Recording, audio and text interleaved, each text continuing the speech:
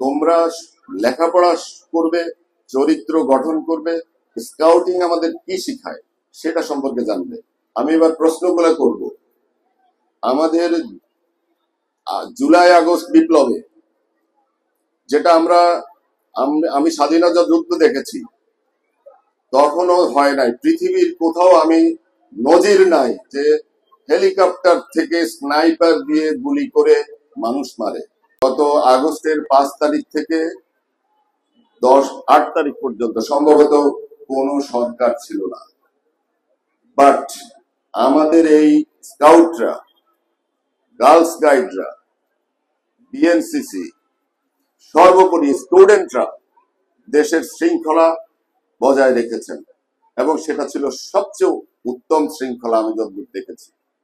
সুতরাং আমাদের এই প্রজন্ম, যেটা জেনারেশন জেড বলে, এরা কোনো অন্যায় সহ্য করে না, এরা কোনো ফ্যাসিবাদকে সহ্য করে না। সুতরাং আমরা ন্যায়ানুগ হব, ন্যায় বিচার করব, ন্যায়ের পথে চলব, শিক্ষক মন্ডলীকে শ্রদ্ধা করব।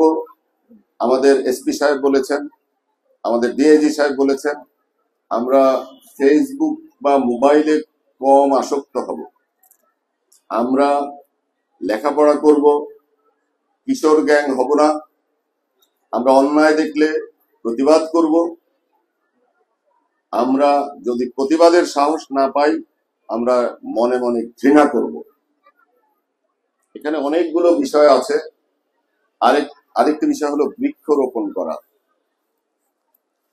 আপনারা জানেন আমাদের যে একজন Nobel laureate doctor Yunus sir, উনার একটা বই আছে, 3 শূন্যের পৃথিবী, 30 থিওরি। 3 শূন্য কি?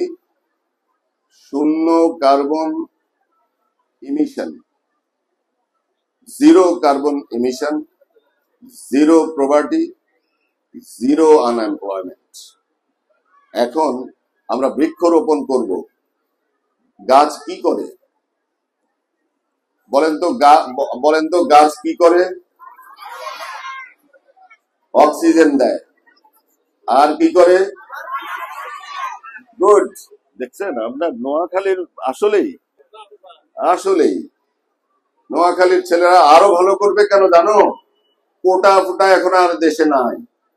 এখন এখন হলো মেধাভিত্তিক সমাজ। যাদের মেধা আছে, যোগ্যতা আছে, তারা উপরে উঠে যাবে ইনশাআল্লাহ।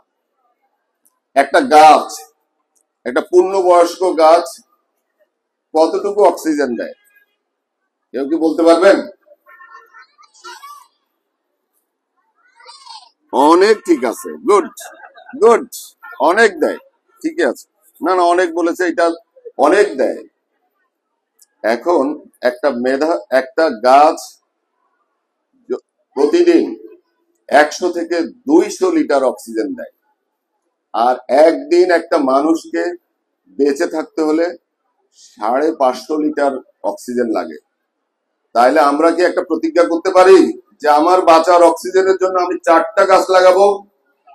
4টা গাছ যদি বড় হয়, আল্লাহর রহমতে আমার অক্সিজেনের আর সমস্যা হবে না।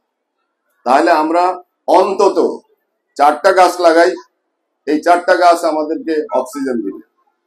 প্রকৃতিকে আমরা ডিস্টার্ব না করি। প্রকৃতিকে যদি আপনি ডিস্টার্ব করেন, প্রকৃতিকে যদি আপনি বিরক্ত করেন, তাহলে প্রকৃতি আপনার উপর প্রতিশোধ নেবে। এই বন্যা, এই ঝড় ঝঞ্ঝা, এগুলোর জন্য একমাত্র আমরাই দায়ী।